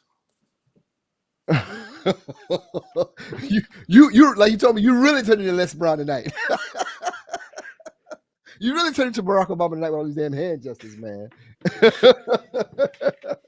Yeah, man. Well, I tell you, if you want to ask me what I'm doing tonight, man, I'm going to Sleep City, bro. As soon as this is over, you sleeping, man? Bro, I'm out, bro. Bro, I'm literally and I'm not trying to be funny. All jokes aside, man. I've been working out heavy for the past few weeks, man. See, what's heavy mean? Listen, do you have it written down that you can send to me? I can take the shirt off and show you. No, I know. I want to know. Do you have a workout that you have written down that you can send to me so I can do it? No. How easy it is. You can't do it because it's not meant for you. Number one, your mistake is, and I wish my guy come on and tell me. He said the mistake a lot of people make is the first thing they try to do when they try to work out is run to the gym. Your gym is this: using your own body weight, using your own body scheme to get yourself in better shape. So y'all ain't got no membership. So he don't have no facility. That's what you saying. Okay. All I took out of that is your trainer doesn't have a facility for you to work out. That was good. That was good. So what you doing? Pushing the kitchen table over? Girls, watch out. Hey, Daddy, where the table at? Walk in the kitchen blocked off. Oh, I'm sorry. Me and Jerry was in here working out. You see, man. You see when you tell black folks about you working out other than the gym. This is what they think. You see what happens, bro? This in your front yard or something. Go, let's get down there. I'm gonna let you have it. There's no viable answer for me to give you that, man. I don't know, man. I send you evidence. I send you evidence of what we do. I send you use a little thing, and you never respond back. You never respond back to my little evidence I be sending you. Like, hey man, you see this man? You see this man, bro? What have you sent me that I ain't respond to? I took it. I deleted it yesterday because I was gonna send it to you, but I you know this. You know, I don't talk enough. I really don't talk myself to death about this. It's about time I should just show them. You know what I'm saying? So next time you see me in person, you're like, damn, Phil. Because the TV doesn't, they say TV adds 10 pounds. So this right here ain't gonna really do nothing to you. I'm just waiting till you see me again.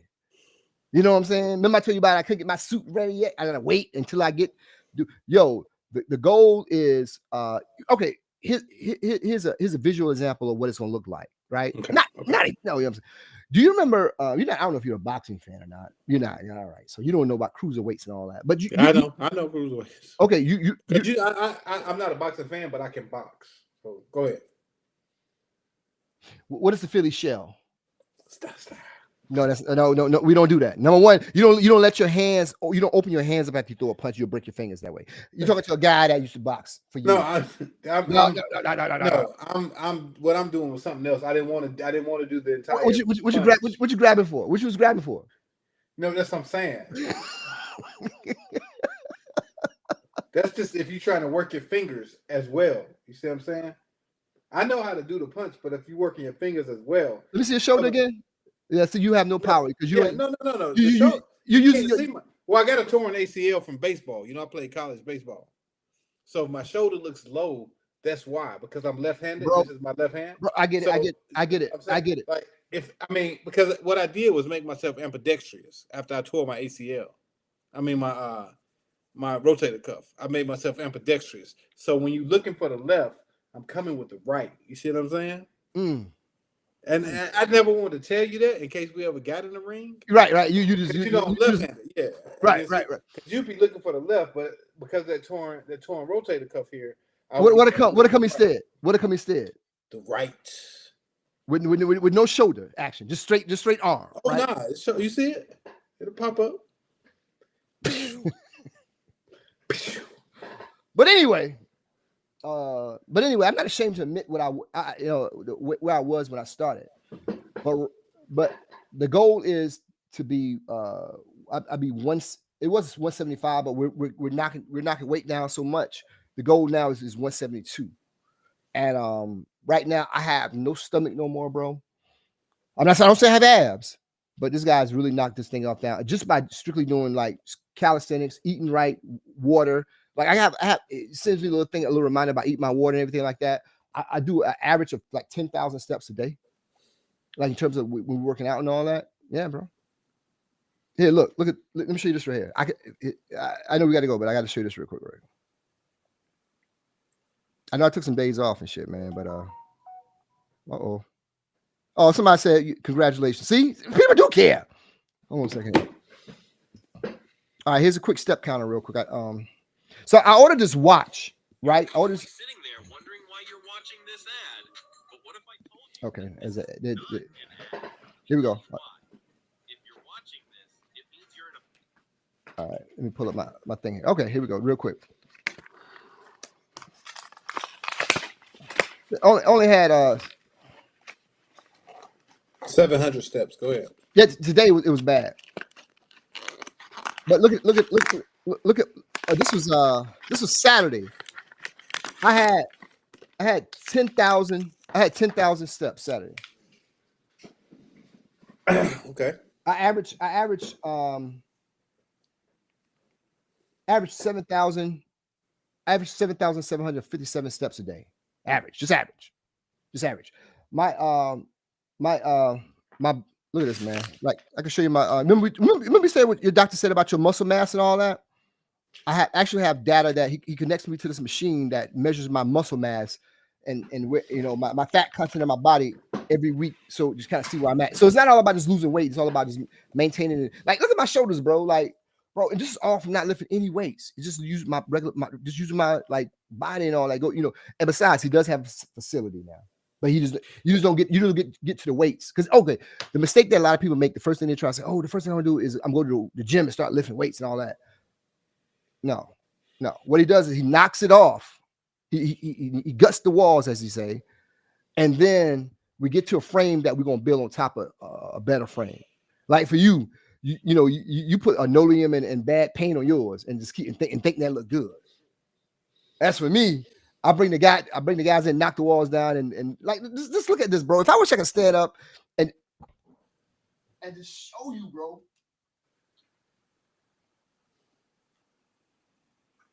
You remember how Rick Rude used to do that thing, man? I just roll. Bro, don't ever do that again.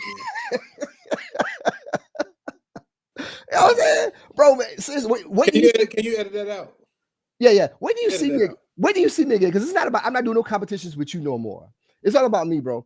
I like I admitted. I said, yo, he said you would have whipped me with a race, yeah, but no longer is that the case, bro. Like right now, I'm like I don't have like 20-something pounds on top of me no more, so I would be that much faster than I was before. You know what I'm saying? So, but that's it, man. You know, this is a real fitness journey, man. Where I got like visual evidence about all the work that I've done. Let me show you this thing real quick, and I'll let you go, man. I can text it to you, man, but it's all good. So I have this. He has this incredible scale, man. So it measures everything from muscle mass to BMR, body composition. All man, this is an incredible thing, and he sends it to you every week after you get measured on this incredible like scale thing to go all the way around you and all that, man. So I can just tell you what my like everything that went down and all that stuff. Like, wow, it's too much of a glare, but it has everything on there from like they measured how I improved across the board, man. You know what I'm saying? So that's good, man. That's good if you're making some progress. Well, learn some tips and shoot them over to me. No, I don't do that. Why would I let you into my camp? You're not a part of my camp. Because the first thing I tell you, the only people that are involved in my camp are the people when I say, yo, man, I'm working out, they're like, yo, that's good. Okay, you come on. I just said, I said that's good, man. Come on in. You come on into the club. You, sir, step aside and let the people come in the club like they do, you know what I'm saying? So AJ saved you that night, whatever. That's how you do. You know, it'll be a lot of this to the side. Hey, come on behind you, man. But yeah, man. So we back in 2 weeks, man. Yeah. Bro, I'm gonna sleep like a grizzly bear tonight, brother. My bed over there, like she's like a woman taking off her clothes, like a show, trying to show me their pillows and shit, like trying to get me to come into bed. That's what my bed's over there looking at me for. Show me her legs and shit. Like, I'm coming, baby. I'm gonna wrap that pillow around. I'm out. What you do tonight, man? You working? Yeah, man. I'm gonna do a little work. Hey, it's crazy that you can be overweight and still think you're underweight, man. Yeah, so it goes by your height and all that stuff like that, whatever. But yeah, I got to get down to it. So they say like you 6'2", like the medical average say you should be like what, like 150 pounds, something like that. Yeah, 190 or something like that. That's crazy, right? Yeah. So they say I'm getting down to like I'm like 215, but a lot of that's muscle. So you know what I'm saying. You overweight, bro. What muscle? Yeah, bro, you overweight, bro. You need to get your shit together. What is it for 5'6"? Hey, bro. Honestly, how tall do you really think I am? Like official. About 5'9", 5'10". Move your head. Okay, how tall do you think I am? 5'9", 5'10". Maybe 5'10", I say. Why are you laughing? Is that how tall you are? Dude, you know me for almost 30 years. You know I'm 5'10", bro. Oh, so 5'10" and a half. I knew you was gonna put something on it and a half. Yeah, that's good, man. All right, man. Well, I'm out, bro. We back in 2 weeks, man, and ready to go. I'm wearing a tank top next in 2 weeks because it'll be hot. It's getting hot in here, man. So I feel like wearing tank tops and stuff. You know what I'm saying? So 2 weeks, episode 78. Yeah, man. That's a lot of episodes, bro. You think about it, right? Well, man, it's been fun, everybody. It was the sweater you got on, man. This is a House of Kappa sweater, man. That's one of the founders of Kappa Alpha Psi, Henry Turner Asher, who happened to be an attorney. You can see we have the actual Psi here, and we have this is the founder, Kappa Alpha Nu, which was our name before Kappa Alpha Psi. This was one of these sweaters. The same designer was worn by Ryan Clark on the Pivot. He wore the Elder Watson Diggs, who's one of our founders. But yeah, so shout out to my man Quentin Murphy. Great. Yeah, design. I got yeah. a couple of them. I got the black. I got a cream one. You know, and it has on the back. It says attorney.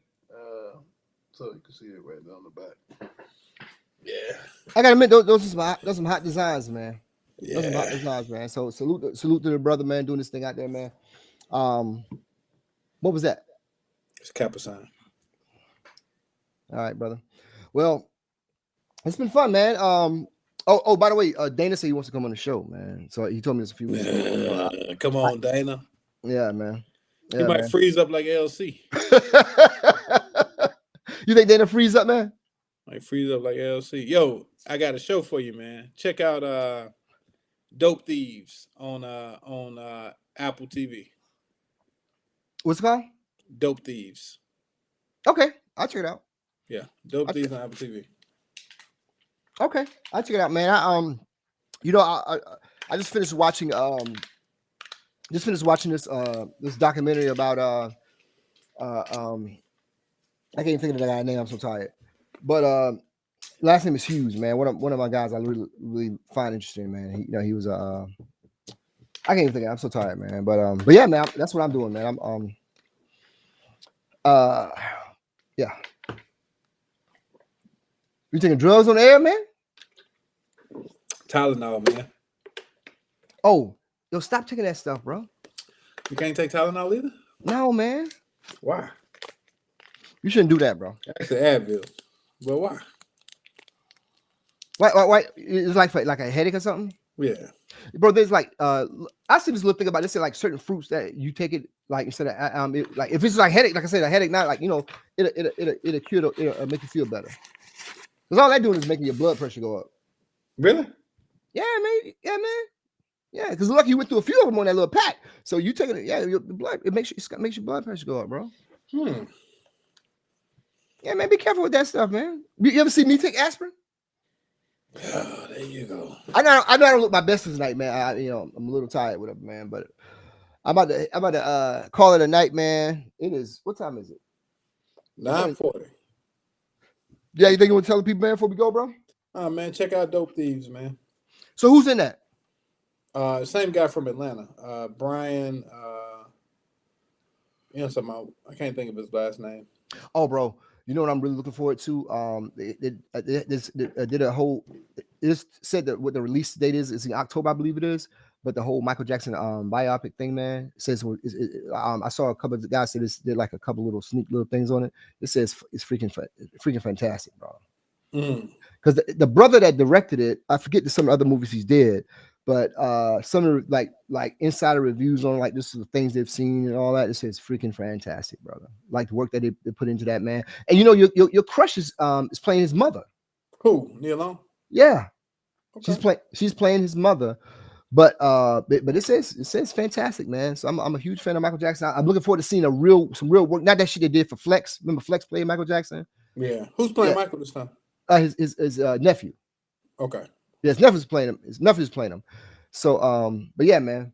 But real quick before we go, man, you heard what Terrence Howard said about Diddy? I did, man. He's kind of crazy though, man. I did. Terrence is wild, man. But yeah, man. So that's the one I'm looking forward to, man. So it's gonna be in theaters on October, and like they're gonna start doing like the commercials for it coming up here pretty soon, man. So get a first look at it, see what the King of Pop. And this is like from a serious point of view in terms of like real work being involved with the director, the studio, and all that, man. Ain't no bullshit. So all right, I'll take a look at it. Yeah, man. So we know you love Prince, but the King of Pop is, certain people you don't talk about on the show in a negative way is Michael Jackson, Aretha Franklin, and Tim Duncan. You don't talk about them people. You don't slight and Anita Baker. Do not slight those four people in any way on this show, or you will get canned. That goes for the guests, producers, anybody on this show. Talk shit about Michael Jackson, Aretha Franklin, Tim Duncan, or Anita Baker, we'll immediately cut you off. I was listening to Anita Baker yesterday, man, on the way home, man. Oh God. Yeah, man. But I gotta go, man. Hey man, get some rest, brother. Hey, man, do me a favor. Next time I text you or something, just respond, bro. Just say I'm busy. I can't pick up right now. You text me a lie talking about something about golf, and I just didn't need the negativity in my life. What about when you shot a 84? I didn't believe it. So when you come down here, you want to see me in person shoot these crazy numbers? We are playing at a par 3. No, man, we play on a standard course, man. Listen, I gotta go because the guys I play with, we don't talk about what I can't do. They say, man, that was an excellent shot. What did you do to get that? You know what I'm saying? We talk about the win. You know, we out there doing it real. We ain't out here playing no games saying what you can't do. This is what your other friends say, but we don't do that out here. We don't say what you can't do, Phil. That was impressive what you just did. You know what I'm saying? So good job, man. See, look at it. It's text me. See? Oh, that was Elon Musk. But that was about something else on Twitter. But yeah, I'm out, man. Anything you say to the people before we go, man? No, man. Check y'all out in 2 weeks. So yeah, are you gonna be late in 2 weeks or what? No, I was on time today. You gonna be late? No. Oh, okay, man. Well, that's our show for tonight, ladies and gentlemen. The next week we're back with number 78. Man, are you gonna do the title for 78 this time? Yes. When can we have that in there? Friday. All right, brother. Well, well, I'm going to sleep until Tuesday. All right, boy. All right, man. Hey, man. Everybody have a good evening, man. Have a good week. If you can help somebody, please do. You know what I'm saying? This is the Podcases, man. We out, man. Have a good one. Peace.